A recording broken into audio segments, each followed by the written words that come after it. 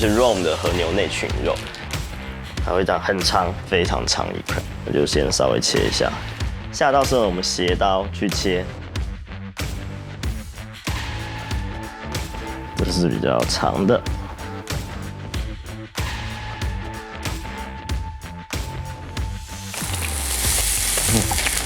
这块肉我觉得它风味真的很浓很浓。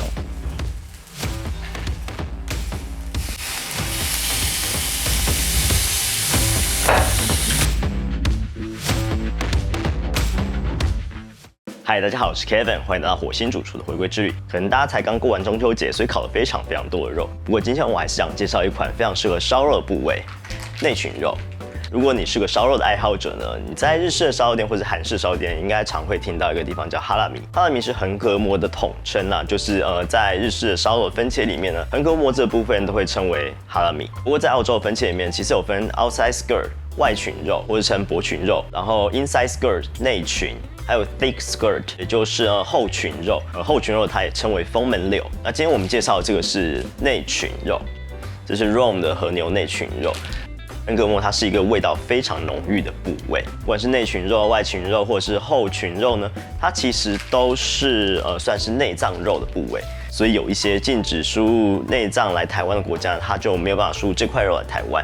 那澳洲刚好是可以的，对，澳洲是可以的。那肉的内裙肉它是这样子一个包装，那一个包装大概是我看这块是1.38公斤，所以大概也就差不多1公斤多一些。内裙肉比起很多牛肉分切部位，其实它价格是相对便宜的，对，它的 CP 值其实还蛮高，而且我觉得它吃起来的风味会跟其他的肉都不太一样，虽然牛的每一块部位都会有一定的差异，不过内裙肉、外裙肉还有后裙肉呢，我觉得它的味道都非常的浓郁，所以哈拉米这个部位呢，一直都是我去烧肉店必点的部位。肉的话，我之前有介绍过，就是它也是澳洲的和牛，不过它是老牛。老牛相对于比较年轻的牛呢，它能够储存在肉里面，跟它脂肪里面的风味呢，会更多而且更浓郁。我自己还没吃过这一块，我们等一下就来吃吃看它到底有什么不一样。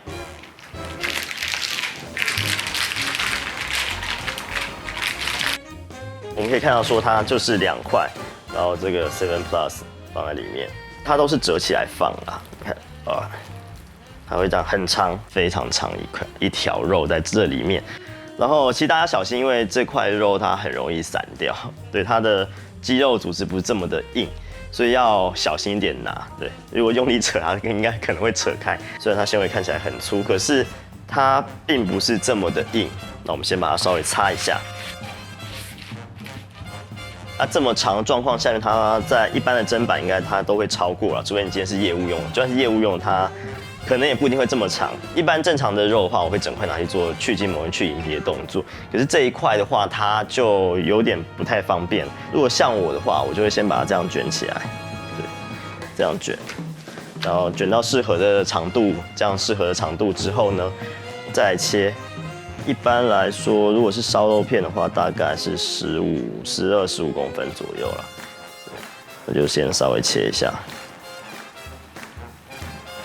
对，这样是比较长的烧肉片。那如果说你今天烧肉是要比较小片的话，你也可以就是切短一点。不过你要想说它烤熟之后，或是煎熟之后，它会稍微收缩一点，所以要留那个长度下来。那这一块我就稍微留长一点。那到这个比较边的部位啊，因为它这边就不漂亮了，对，所以等一下我们要另外处理，稍微这样切一下。那这个我们就先留着。那现在我们就可以来去筋膜的，其实可以看到这边有一块银皮，那就稍微把它去掉。如果说你可以接受的话，因为其实它的这些脂肪是非常有风味的，所以我会建议你把它留下来。那如果你就是不喜欢看到这些东西，或是你怕太油的话呢，那你再把它去掉，这样子。然后换一把刀，换这一把有弹性的刀。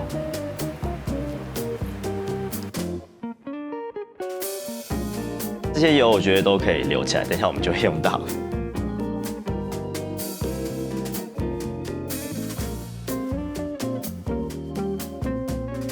可以看到说它这边其实是有银皮，还有一些脂肪在，可是可以看到说它其实大部分都已经修得很干净了，大部分算是精修的还不错。如果银皮的话，我通常会建议就是一整条一起修啦。可是这块肉就是它比较长，然后如果你砧板不够长的话，就会比较麻烦一点。然后可以看到肉质其实是很松散，对，所以用这样拉的去筋膜的话，很容易就是会一起下来。所以现在这种薄刃，然后比较有弹性的刀就会很好用。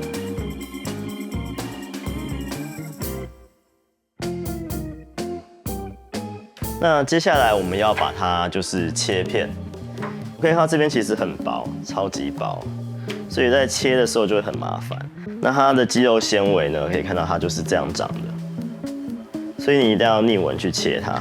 那我会建议就是把它稍微这样子捏一下，对，那本来肉是长这样嘛，摊开是这样子，那我们稍微把它捏一下，对，稍微捏一下之后呢，来切。下刀是我们斜刀去切，这样斜刀切，不要这样子切，这样看起来切面会很小，所以我们这样斜刀去切。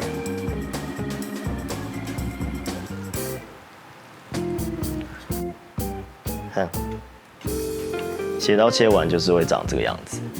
那我们就可以看它的纤维到底有没有跟你的是垂直的，跟你的刀法是垂直的，纤维跟刀法这边是垂直的，就看到一个比较漂亮的切面了。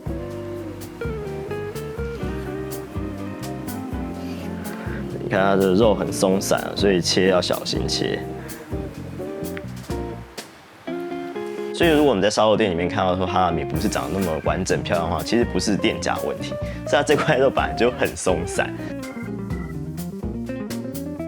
然后这个部位我们可以看到它就是还是很长嘛，对不对？可是这一边已经太薄了，它已经非常非常的薄，对，所以我们就稍微把它断筋，这样子。不要切断它，这样断筋。如果是冷冻的肉会更好切一点，那这不是冷冻的。这块部位就这个地方，我觉得切起来就是会很丑，因为它是最薄最薄的地方。我们一样来去它的筋膜。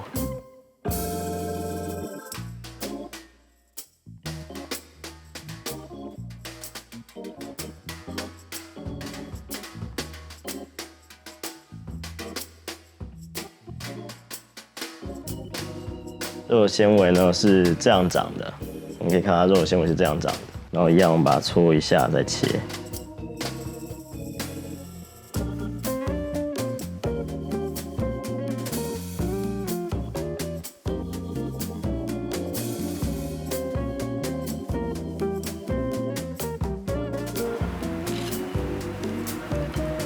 这样烧肉片。那我们找一个比较厚一点的来好了，其他整块肉都很薄啊，没有什么厚一点的部位。这个地方我们一样把它去筋膜。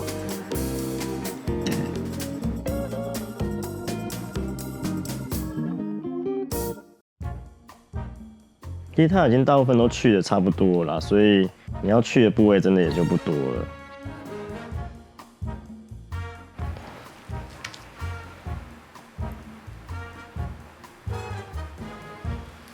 个人比较习惯这样切啊，因为刚刚就是摄影机在那边，所以很难这样。个人是习惯这样切啦，这样肉比较不会拉扯到。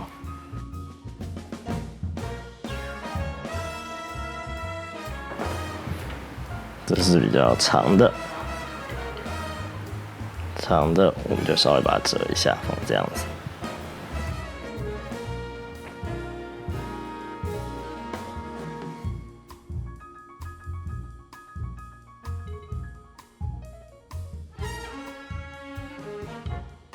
这一块呢，我想要把它来做牛排。做牛排的话，它必须还是要断筋，因为它会很硬。我会这样子切，把它从这边这样切过来。来用这一只好了。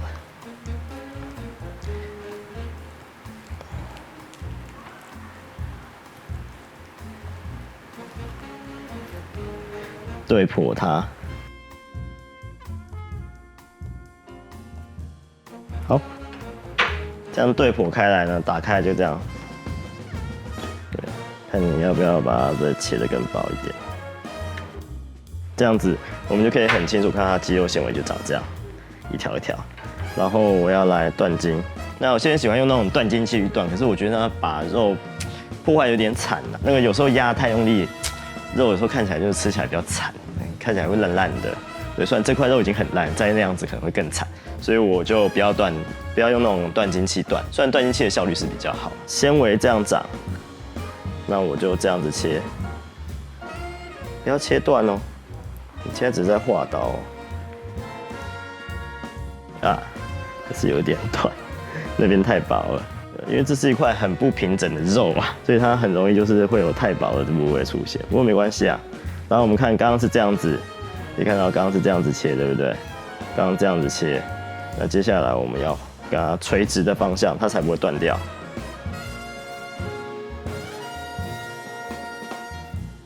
那这样看起来好像我是在跟它平行，对不对？其实没有，因为它每个纤维还是有断的。这样子的肉就会变得有点透明的，肉就会这样子打开来。对，这边是这样子，这个方向断筋。对，这边是这个方向断。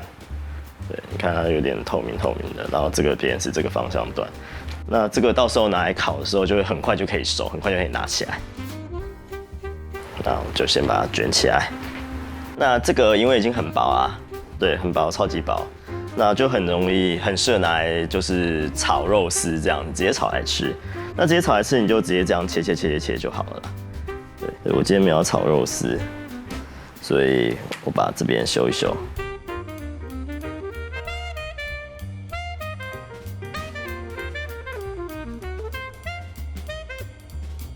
因为这块肉它是会一直每个地方都不太一样厚的。所以你在切的时候要稍微注意一下，去适应它的纤维。那每一条纤维的状况会有点不一样。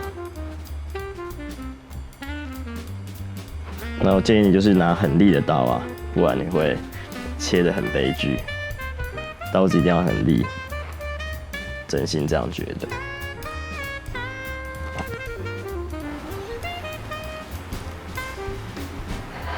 那一样。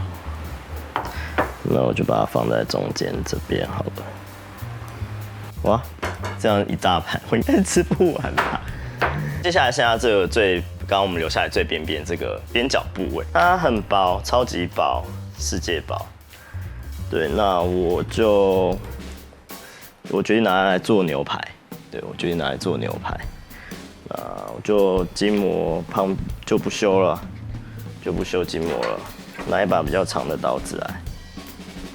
然后我们可以注意到说，它这边的纤维是这样长的，可到这边会歪，所以你在断筋的时候要小心，要稍微注意一下下。觉得这把没那么利，可能要这一把。哦，差很多，这把就是要小心一点。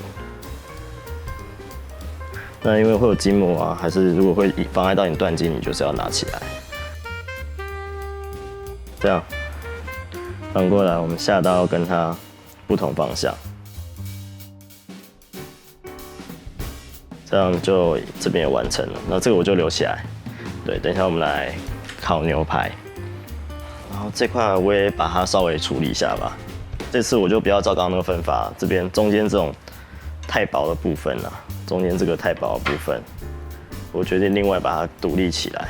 对，所以修肉有时候就是要看自己喜欢的方式啊。那这块等一下就可以直接拿来烤，直接修筋膜，整条来修。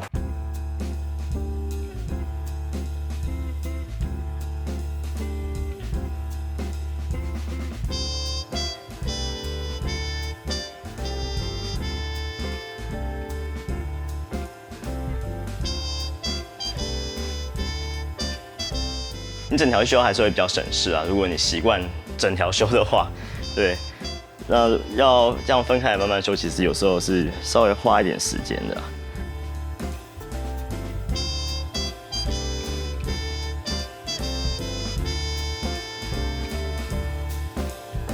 好，我又要在家里面烤肉了。那先来预热一下我的烤网。对，我觉得我今天会被砍。哦，应该够热了吧？然后拿一块脂肪。刚修下来的这个脂肪，把它涂一涂。是哦，是我刚刚摆过盘的，稍微小小摆盘一下。这是我刚刚没有去筋膜的这一块，来试试看。我没有准备盐呢。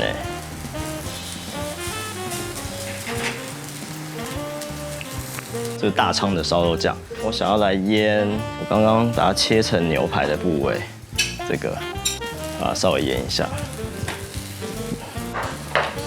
哟，想要翻了，哦，漂亮。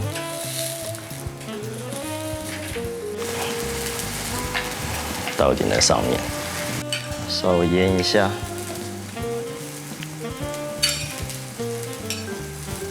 等一下来烤这一块酱腌的，应该可以了啦。算很熟了吧？来看看，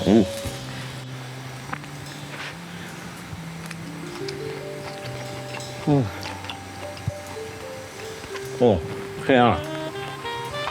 味道超浓的，我必须说它有一点咬劲，不是那种入口即化，可是很好吃。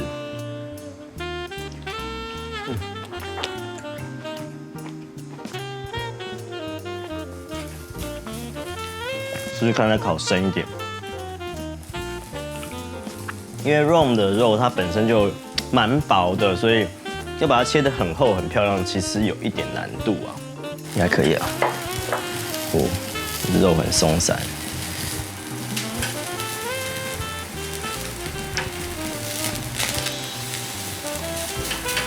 对，我在家里面烤肉啊，一定就会被骂。不过算了，我不管，我就是要吃烤肉。中秋节过了啊，可是还是要吃烤肉啊。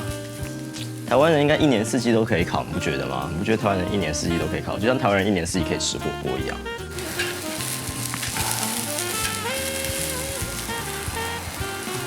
看上面的脂肪都已经活化了，好，一下下就好，沾一点，这块比较薄。哇，切比较薄的，我觉得烤一下下就好了。哦，好吃，超好吃。这块刚刚比较没什么切的。你看它肉很快就收缩，因为它肌肉纤维很长的话，收缩就会比较严重一点。试着只烤一下下，这个的火力跟炭火还是有差，没办法很快就起来这样子。这块肉我觉得它风味真的很浓很浓，Rome的肉本来就很浓，然后它的这个内裙肉真的是非常的浓郁，非常浓郁，就你不会吃到怪味，可是又非常的香，看哦。这么酥脆的感觉，哦，一下下，这是沾盐看看，哦，好烫，哇，哦，好磕，让它脚烤一下下就好了。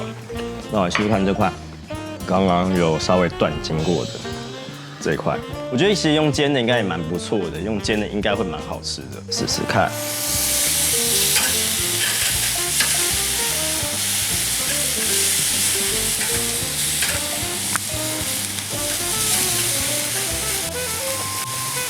另外一块，这块我也拿来腌。这块是我刚刚蝴蝶切的那一块，我就感觉已经要翻了。这样，哇，看那个酱烧就很容易烧东西上去，梅纳反应会更激烈一点。这种酱烧就稍微浅腌一下，我觉得。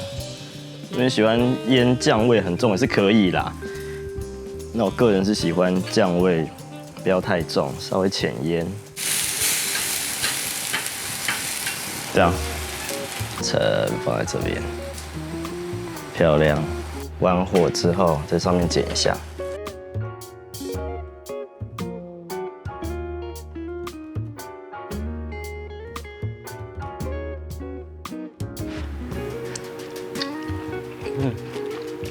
哦，原酱也不错，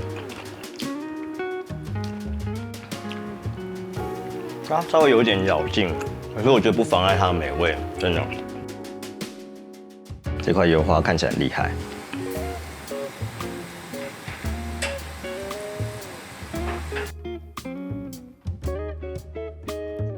这块是有把筋膜去干净的，这2块是没有的。等下我们比比看，同时比一下。我觉得沾盐是最能够体现它味道原味那个深层风味的感觉。哦，看这次有烤焦香，果然这台它还是要有一点预热，一面烤香了，另外一面稍微烤一下就好了。好，这样沾一点盐。这块好吃。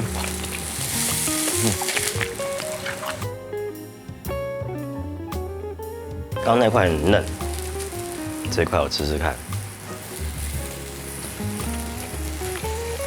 也很嫩，的确有筋膜那一面会稍微韧一点点，筋膜那一层还是会稍微韧一点点。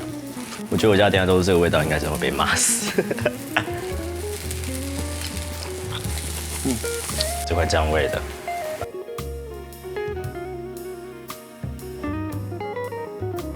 如果是日本和牛的话，它的内裙会更厚一点，所以切起来会比较漂亮。这个就必须要小心的切，才有办法切出一个宽度啊，切面才会漂亮。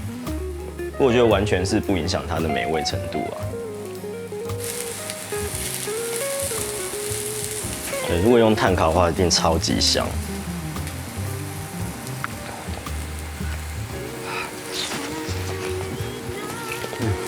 棒！这块腌酱我会把它吃掉。蝴蝶切过。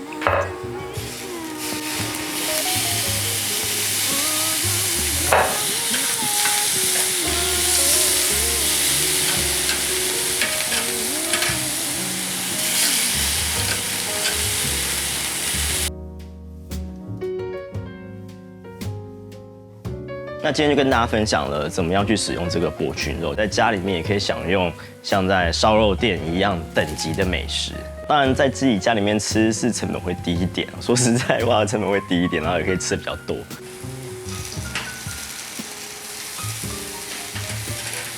哇哦，漂亮！那像肉，它其实这个内裙它修的已经差不多了，其实算修的蛮干净的。我觉得把一些银皮取掉之后，它吃起来就会非常的软嫩。这烧肉怎么可以没有可乐？然后大家记得，如果你在家里面用这种烤肉的话，一定要开窗，拜托，不管天气多热，你一定要开一个窗，不然你会变成粉红色，然后上天堂，拜托不要。一条牛它其实也只有2个内裙、2个外裙，然后加一个后裙啊，部位的确是比较稀少。像刚刚我们这样切完1.38公斤，其实就是一条牛的量。虽然它很稀少，可是它的价格并不是这么高啊，因为不是那么多人会去使用它。比起乐眼啊，比起纽约客，其实这真的 OK。我觉得这个风味非常浓郁，非常棒，配可乐超赞的。今天的分享就到这里了，欢迎大家去加入我们的赖社群。里面有很多厉害的人，他们会讨论各种有关食物的东西。那没有跟到上一次 Rome 的纽约客的呢，欢迎赶快加入我们赖社群。那我会在里面告诉大家开团的相关内容。如果你喜欢我的影片的话呢，记得帮我订阅、分享、按赞，然后开启你的小铃铛，这样才能收到我最新的讯息。那我们今天先到这边喽，我们下次再见，拜拜。